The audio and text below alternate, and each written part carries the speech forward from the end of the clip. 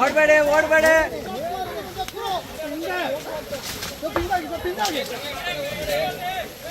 ಬೇಡ ಮರಕ್ಕೆಲ್ಲ ನುಗ್ಗತ್ತಕೊಂಡ್ರೆ ನಾವು ವಸಂತ ಮರ ಎಲ್ಲ ಮುರ್ಕ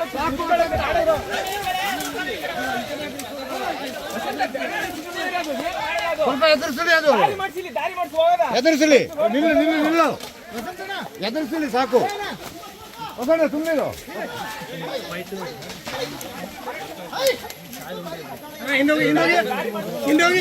ನಿಲ್ಲು ನಿಲ್ಲು,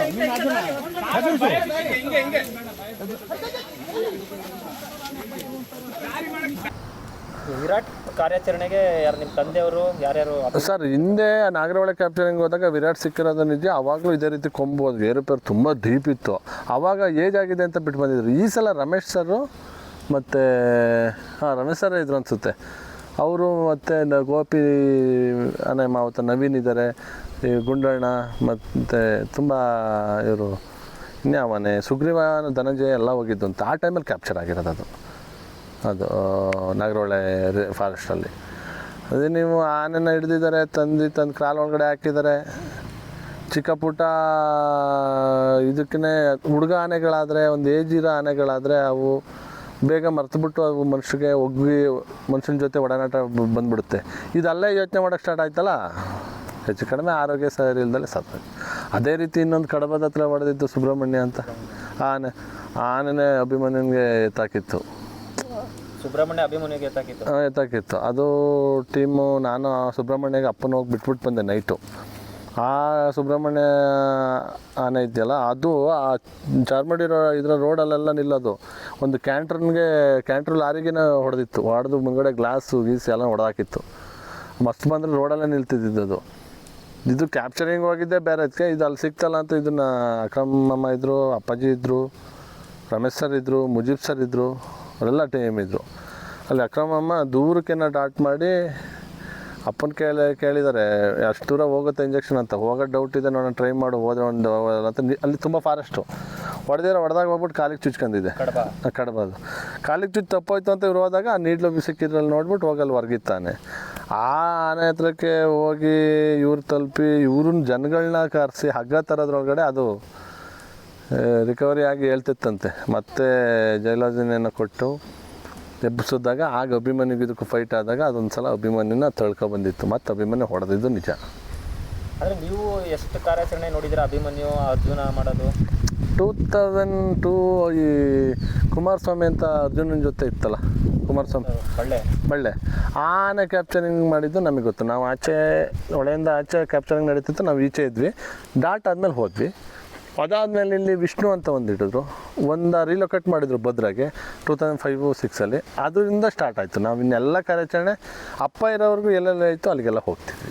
ಅಂದರೆ ಬೇರೆ ಕಾಡಾನೆಗಳವಾಗ 5-6 ಸಾವಿರ kg ಬರೋದು, ಅಭಿಮನ್ಯು ಇದ್ದಿದೆ 4,000 4,200 ಫೈಟ್ ಮಾಡ್ತೀವಿ. 4,000 4,150 ಅಭಿಮನ್ಯು ಹೈಯೆಸ್ಟು. ಅದೊಂಥರ ಟೆಕ್ನಿಕ್ ಬಿಡಿ ಸರ್, ಎಲ್ಲ ಆನೆಗೂ ಬರೋಲ್ಲ. ಅಭಿಮನ್ಯು ನೀವು ಇಂಥದ್ದೇ ಆನೆ ಅದು ಎಷ್ಟು ದೊಡ್ಡದು ಅದು ಸಣ್ಣದು ನೋಡಲ್ಲ. ಸಣ್ಣ ಆನೆಗೆ ಹೊಡಿತಿರ್ಲಿಲ್ಲ ಅಭಿಮನ್ಯು ಸಣ್ಣ ಆನೆ ಆಗಲಿ ಹೆಣ್ಣಾನೆಗಳಿಗೆ ರೇಡಿಯೋ ಕಲರ್ ಹಾಕಾಗಲೂ ನೋಡಿದ್ದೀವಿ. ರೇಡಿಯೋ ಕಲರ್ ಹಾಕಾಗ ಡಾಟ್ ಮಾಡಿ ಹೆಣ್ಣಾನೆಗಳು ನಿಂತರೆ ಅದ್ರ ಮರಿಗಳು ಅದ್ರ ಕಾಲು ಸಂದಿನೇ ಓಡಾಡ್ತಿರ್ತಿದ್ವು. ಅಲ್ಲ ಹೆಣ್ಣಾನೆ ರೇಡಿಯೋ ಕಲರ್ ಹಾಕ್ಬೇಕಿತ್ತಿಲ್ಲ. ಈಗ ಭುವನೇಶ್ವರಿ ಓಲ್ಡ್ ಬೆಲ್ಟಲ್ಲಿ ಇದೆಯಲ್ಲ, ಅವು ರೇಡಿಯೋ ಕಲರ್ ಹಾಕಿದ್ದೆ ಅಪ್ಪ ಅವರು. ಅಭಿಮನ್ಯು ಮತ್ತು ಕೃಷ್ಣನೇ ಇರ್ತಿದ್ದಾಗ ಆ ರೇಡಿಯೋ ಕಲರ್ ಹಾಕೋ ಟೈಮಲ್ಲಿ ಆನೆಗಳು ತಾಯಿನ ಬಿಟ್ಟು ಹೋಗ್ತಿರ್ಲಿಲ್ಲ, ಮರಿಗಳು ಕಾಲ್ಸಂದಿ ಓಡಾಡ್ತಿರ್ವ. ಆ ಮರಿಗಳನ್ನ ಅಪ್ಪ ಹೇಳೋರು, ನಾನು ಬೇರೆ ಹೋಗಿ ನೋಡ್ತಿದ್ವಿ, ಬೇರೆ ಆನೆ ಮೇಲೆ ಕೂತ್ಕೊಂಡೆಲ್ಲ ಹೋಗ್ತಿದ್ವಿ. ನೋಡು ಅಭಿಮನ್ಯು ಗಂಡಾನೆ ಹಿಡಿದ್ರೆ ಹೊಡೆದು ಎದುರಿಸ್ತಾನೆ, ಮರಿಗಳನ್ನ ಹೆಂಗೆ ಆಟಾಡಿಸ್ತಿದ್ದಾನೆ ಅಂತ ಸೊಂಡ್ಲ ಹತ್ರಕ್ಕೆಲ್ಲ ತಗೊಂಡು ಅದನ್ನು ಆಟಾಡಿಸ್ತಿತ್ತು. ಅಷ್ಟು ಬುದ್ಧಿವಂತಾನೆ. ಅದು ಎಲ್ಲಿ ಆ ಗಾಡ್ ಗಿಫ್ಟು ಬಿಡಿ, ಅದು ಅಭಿಮನ್ಯು ಇದೆಯಲ್ಲ ಅದು ಗಾಡ್ ಗಿಫ್ಟು.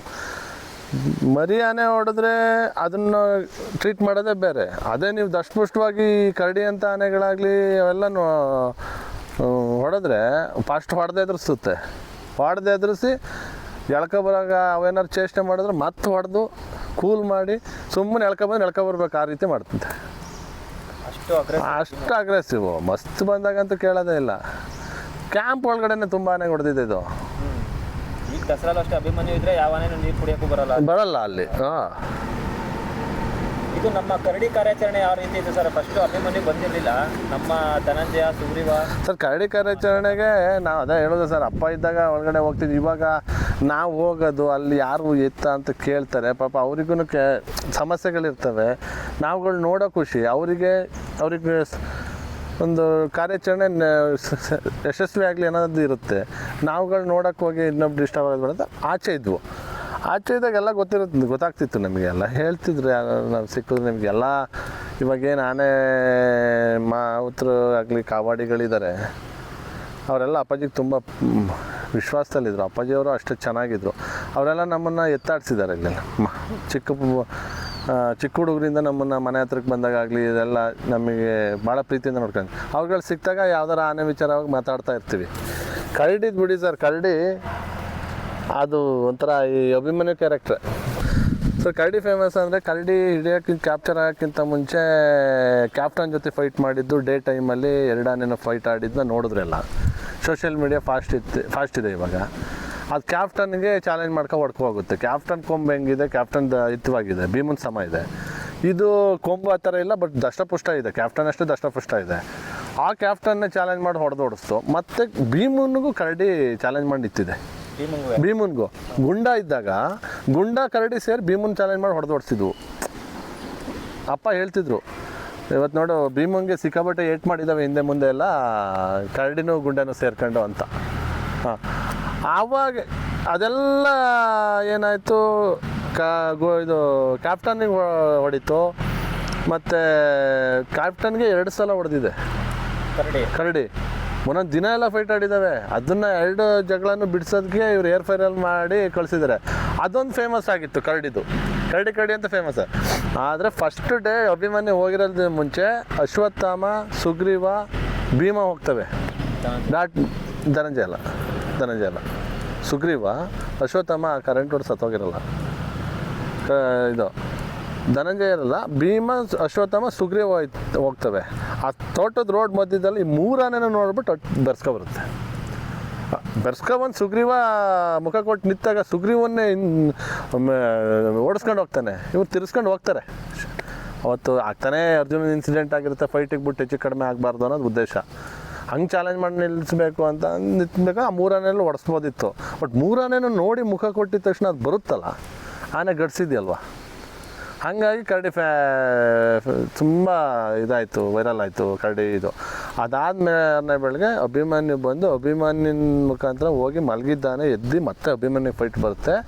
ಫೈಟ್ ಆಡಾದಮೇಲೆ ಡಾಟ್ ಆಗುತ್ತೆ. ಡಾಟ್ ಆದಮೇಲೆ ಬಿದ್ದು ಸ್ವಲ್ಪ ಅವಾಗ ಫೇಮಸ್ ಆಗುತ್ತೆ.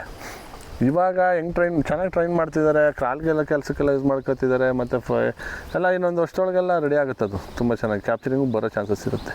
ಸ್ವಲ್ಪ ಮೈಕಟ್ಟು ಇಳಿದೋಗಿದೆ, ಇನ್ನೂ ಚೆನ್ನಾಗಾಗುತ್ತೆ. ಅದೇನು 32 ವರ್ಷದ 33 ವರ್ಷದ ಆನೆ ಇನ್ನೊಂದು 3-4 ವರ್ಷದೊಳಗೆ ರಿಕವರಿ ಆಗುತ್ತೆ. ಈಗ ಶ್ರೀಕಂಠನೂ ಈಗ ದೈತ್ಯ ಗುಂಡ ಕರಿ ಬಂಡೆ ಅಂತಾರೆ. ಶ್ರೀಕಂಠ ಆಗಿದ್ದನ್ನ ನೋಡಿದ್ರೆ ಹೊಟ್ಟೆ ಉರಿಯುತ್ತೆ. ಅಷ್ಟು ಬಡಕಲಾಗಿ ಮತ್ತೆ ಇದಾಗಿದ್ದು ಬಾಡಿ ಬಂದಿದ್ದು.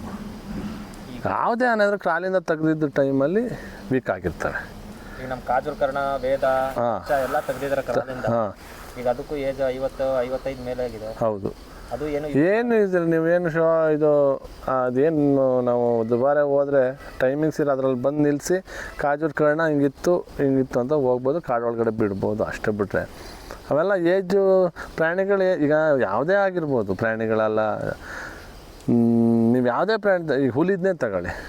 ಹುಲಿಗಳು ಆಲ್ಮೋಸ್ಟ್ ಆಲು ನಿಮಗೆ ಹುಡುಗ ಆಗಿದ್ದ ಟೆರಿಟರಿಗೋಸ್ಕರ ಒಂದು ಬೌಂಡ್ರಿ ಫಿಕ್ಸ್ ಮಾಡ್ಕೊತವೆ. ಆ ಬೌಂಡ್ರಿ ಒಳಗಡೆ ಬೇರೆ ಗಂಡು ಹುಲಿನ ಬಿಡಲ್ಲ, ಅದಷ್ಟು ಪುಷ್ಟವಾಗಿದ್ದಾಗ. ಅದೇ ವಯಸ್ಸಾಯ್ತಾ ಅವು ಎಲ್ಲ ಬಿಟ್ಬಿಟ್ಟು ಎಲ್ಲಿ ಈಸಿಯಾಗಿ ಫುಡ್ ಸಿಗುತ್ತೆ, ಊರು ಹತ್ತತ್ರ ದನಗಳನ್ನ ಹಿಡಿಯೋದು, ಮನುಷ್ಯನ ಹಿಡಿಯೋದು, ಆ ರೀತಿ ಈಸಿಯಾಗಿ ಫುಡ್ ಏನು ಸಿಗುತ್ತೆ ಅದನ್ನು ನೋಡ್ತವೆ. ಅದು ದಷ್ಟಪುಷ್ಟವಾಗಿದ್ದವರೆಗೂ ಕಾಡಲ್ಲೇ ಬೇಟೆಯಾಡಿ ತಿಂತಿರ್ತವೆ. ಆನೆಗಳದ್ದು ಹಂಗೇನೆ.